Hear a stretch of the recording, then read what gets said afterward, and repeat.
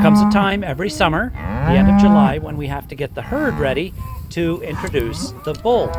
So this means that we need to remove any cows from the herd that we do not want to have rebred, and also any heifers that may be too small. And when doing a sort of this nature, it's much easier to do it at the barn.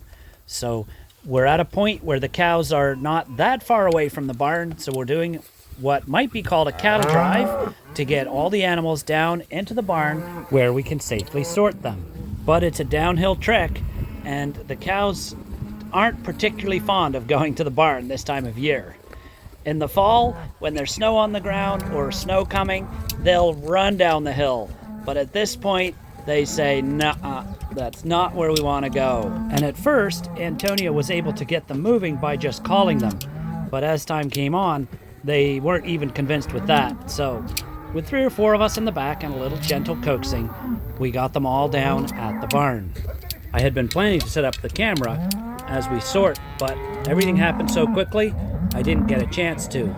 The way we do it is they all go into the barn, and then we manage the gates so that we can sort. And any that go back to the field come out one way, and any that stay go out the other, and we just work our way through. So by now, the main herd is back up over the hill in their rotation, and we get these guys to keep us company near the farmhouse for about 6 weeks.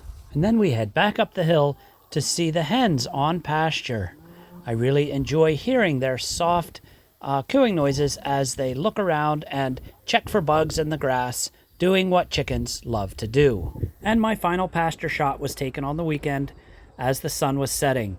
Beautiful, peaceful scene as the cows are eating grass, and over to the right here we have the chicken houses where our broiler chickens are on pasture. And when I see it like this, I think, we really are grass farmers. Grass is what we farm first, and that becomes the food for everything else. I started as a grass farmer in school, doing pasture rotations for sheep, and the love of grass has never left me. And my bird of the day, in contrast, is called a solitary sandpiper. And it's well named because it's very rare that you would see more than one together at one time. They have their babies in wet areas in the forest, but then after the babies are born, then they start to show up again around the farm. I saw one this spring, but usually it's around this time of year. They'll show up in mud puddles, or in this case, it's at the pond. They're looking for yummy things at the water's edge.